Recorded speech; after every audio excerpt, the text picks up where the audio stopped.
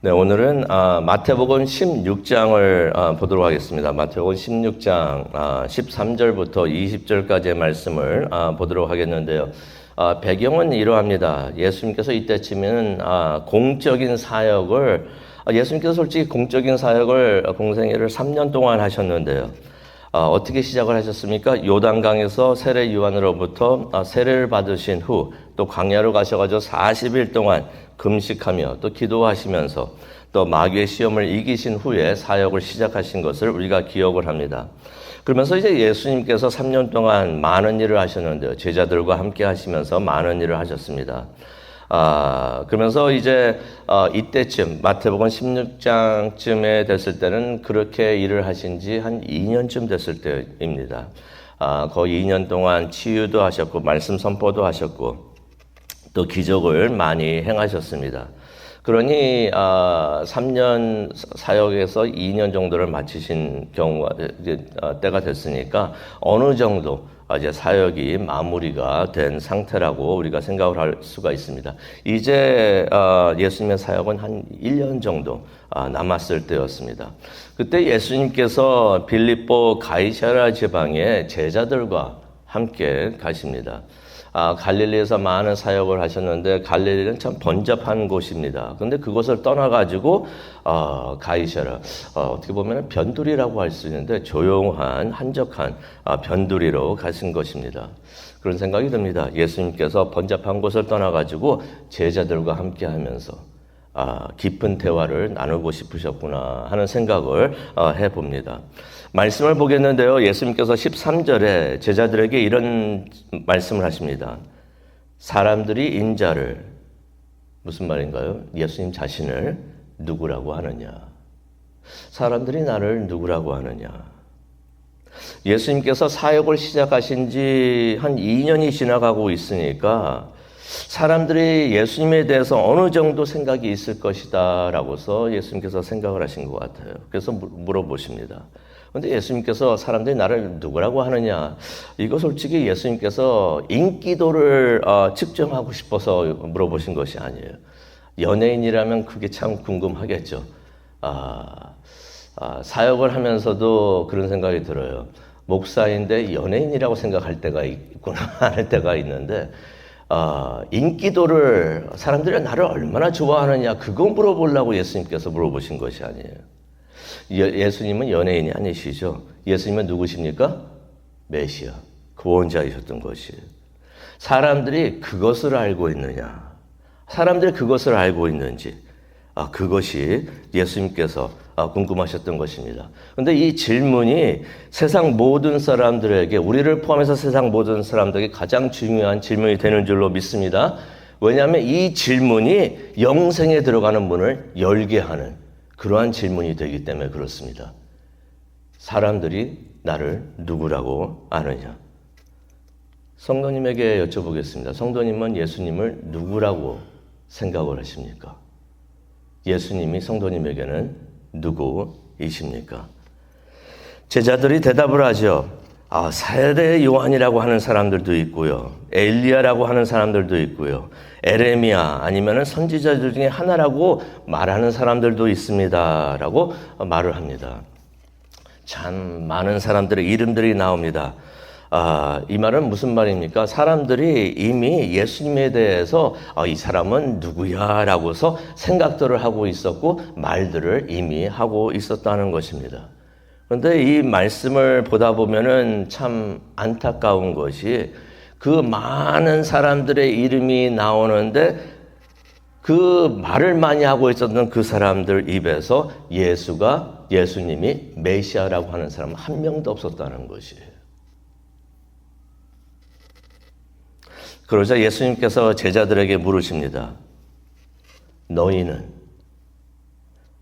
나를 누구라 하느냐? 제자들의 생각이 왜 중요했을까요? 참 중요했습니다.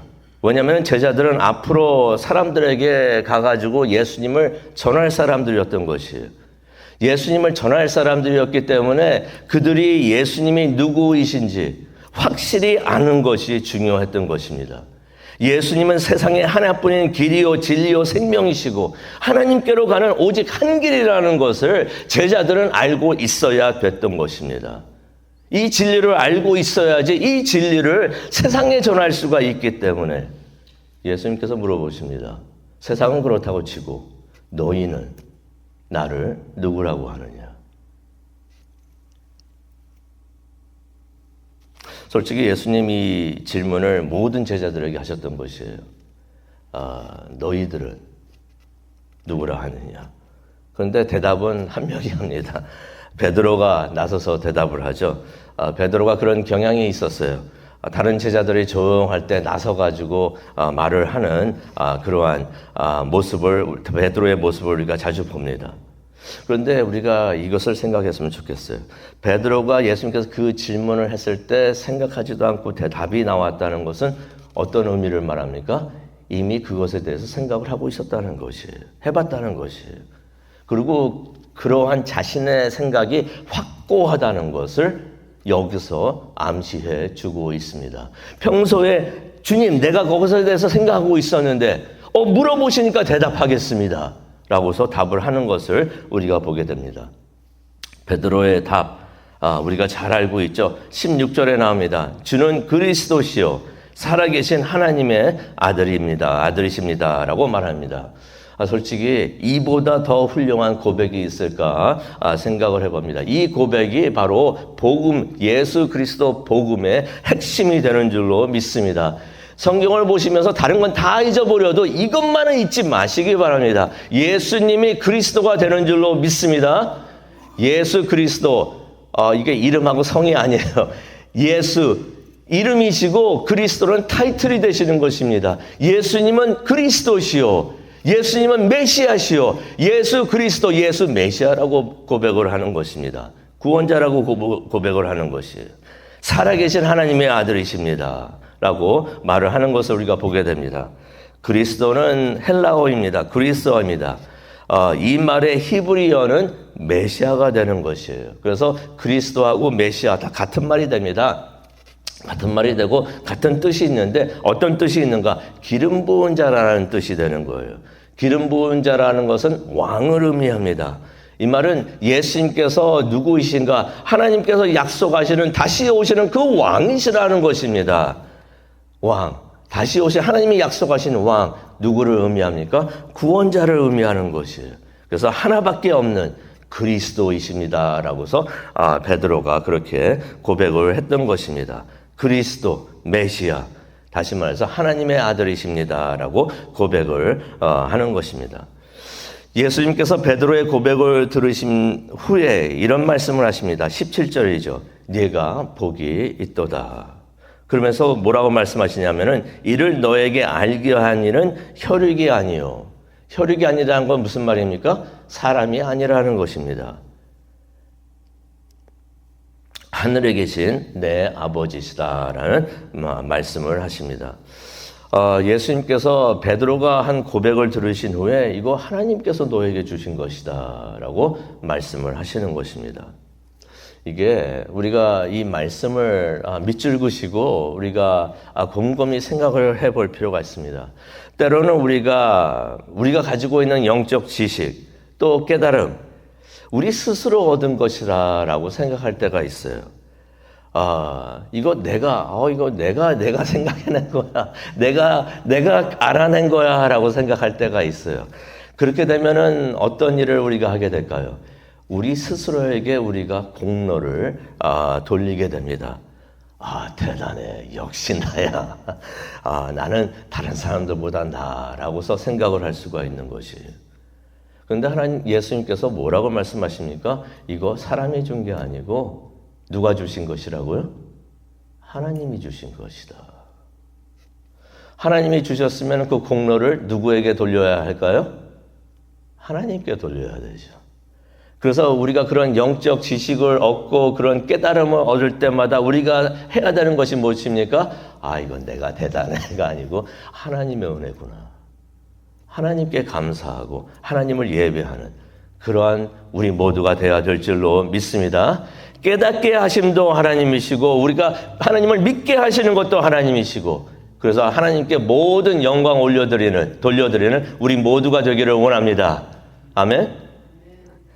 그러면서 이제 예수님께서 18절에 이런 말씀하십니다. 너는 베드로라. 내가 이 반석 위에 내 교회를 세우리니 음부의 권세가 이기지 못하리라. 참 중요한 말씀이고 참 제가 또 좋아하는 말씀이 되는데 교회를 세우시는데 예수님의 교회는 음부의 권세, 사탄이 절대로 이기지 못한다는 것이에요. 이거 믿으시기 바랍니다. 우리가 예수님의 교회가 될 때, 예수님의 교회가 아니라 내 교회가 되면 그 교회 망해요. 쓰러집니다. 부서집니다. 흩어집니다. 그런데 우리가 예수님의 교회가 될 때 사탄이 절대로 이기지 못하는 그러한 승리하는 교회가 될 줄로 믿습니다. 믿으시기 바랍니다. 교회는 건물도 아니고 단체, 그룹도 아니고 사람들이에요. 우리가 예수님의 교회가 되는 줄로 믿습니다. 우리가 예수님의 교회가 될 때 절대로 사탄이 우리를 이기지 못하는 것을 우리가 깨닫기를 원합니다. 그런데 너는 베드로라라고 말씀을 하시는데 오해가 있을 수가 있는데 베드로라는 이름은 이거 베드로가 예수님을 처음 만났을 때 이미 받았던 이름이에요. 이때 처음 받은 이름이 아닙니다. 요한복음 1장 42절에 나오죠. 베드로하고 예수님하고 이제 만났을 때 예수님께서 뭐라고 하시냐면 이제부터 너는 게바다라고 말씀을 하십니다. 이거 아람어예요. 게바라는 것이 무슨 의미가 있냐면은 이게 베드로라는 의미가 있습니다. 게바는 아람어이고 그다음에 베드로는 헬라어인 것이에요.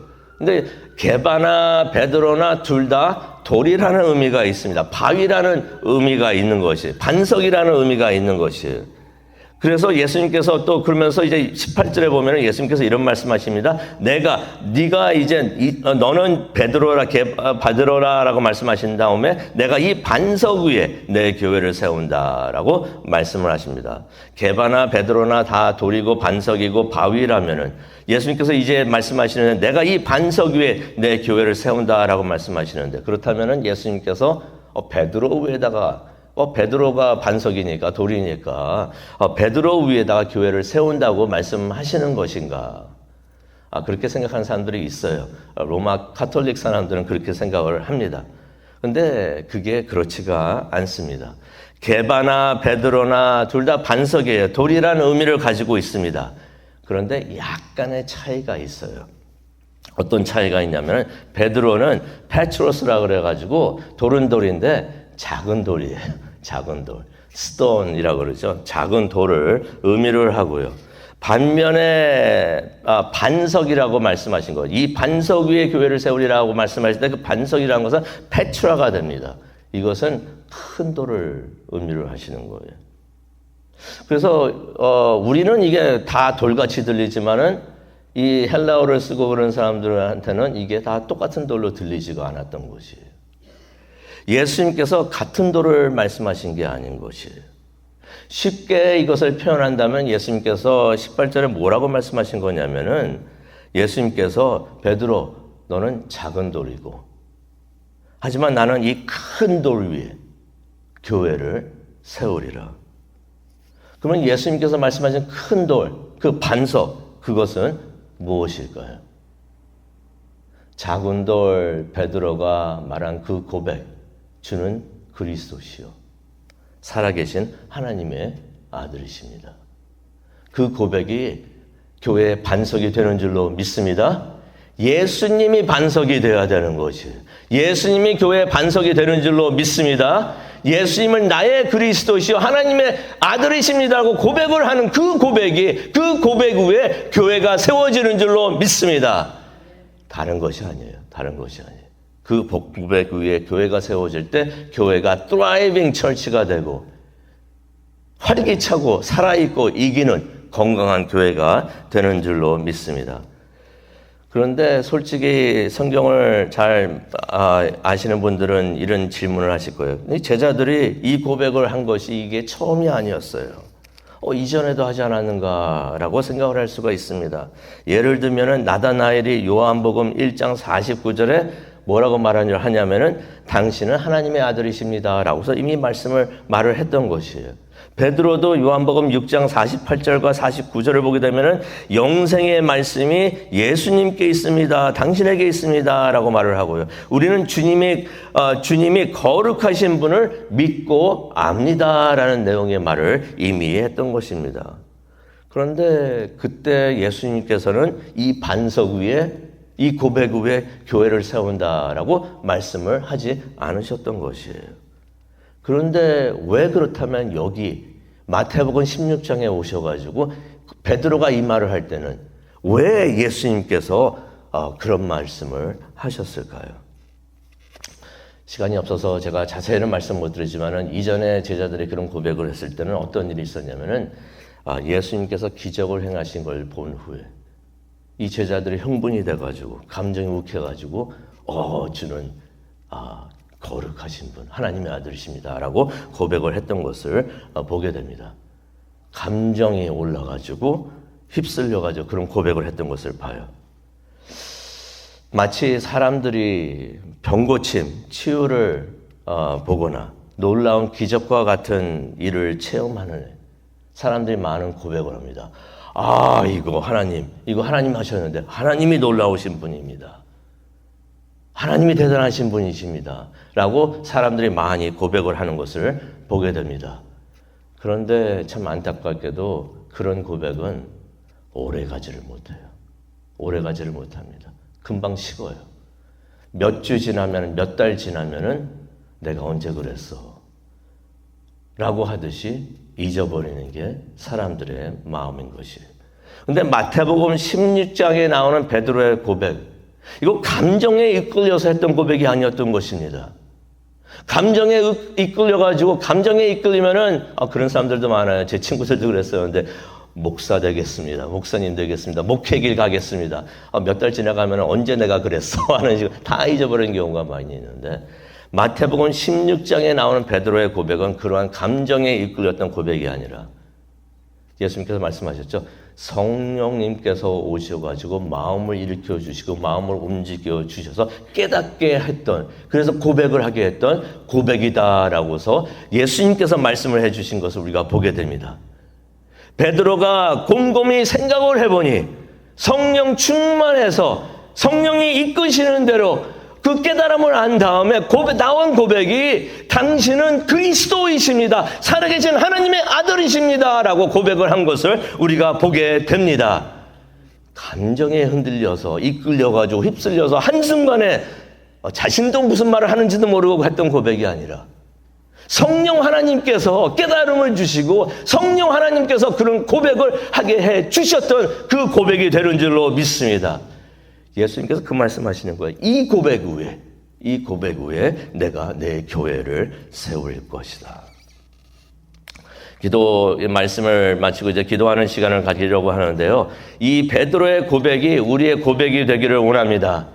감정이나 또 어떠한 사건을 통해서 우러나는 고백, 그런 고백이 아니라 그게 나쁘다는 건 아니에요. 그런 일을 거쳐서 하나님이 그리스도시고 예수님이 그리스도시고 하나님의 아들인 것을 깨닫게 되지만은 그런 것을 말하는 것이 아니라, 왜냐하면 그게 좋긴 좋지만은 이게 오래가지를 못해요. 금방 사라집니다. 감정이 식으면 또 그러한 고백도 사라지는 것이에요. 하지만 이성적으로 마음으로 결단을 해서 곰곰이 생각해서 내가 아무리 생각을 봐도 주님은 그리스도이십니다. 살아계신 하나님의 아들이십니다. 라고 고백하는 우리 모두가 되기를 원합니다. 내가 내 평생 죽을 때까지 예수님이 오실 때 그 순간까지 내가 예수님을 따르겠습니다. 라고 다짐을 하는 그 고백을 하는 우리 모두가 되기를 원합니다. 그러면은요, 삶에 어떤 풍랑이 와도 흔들리지 않아요. 아무리 시간이 오래 지나가도 그 고백 사라지지가 않습니다. 그 고백 위에 세워진 교회, 믿음, 신앙, 승리하는 신앙, 교회가 되고 신앙이 되는 줄로 믿습니다. 건강한 교회가 되는 줄로 믿습니다. 그러한 축복이 우리 모두에게 함께 하시기를 간절히 축원합니다.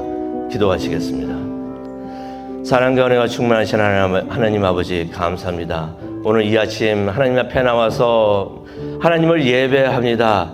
주는 그리스도시요 살아계신 하나님의 아들이십니다 라고 고백을 하면서 하나님을 예배하는, 예수님을 예배하는 우리 모두가 되게 하여 주시옵소서.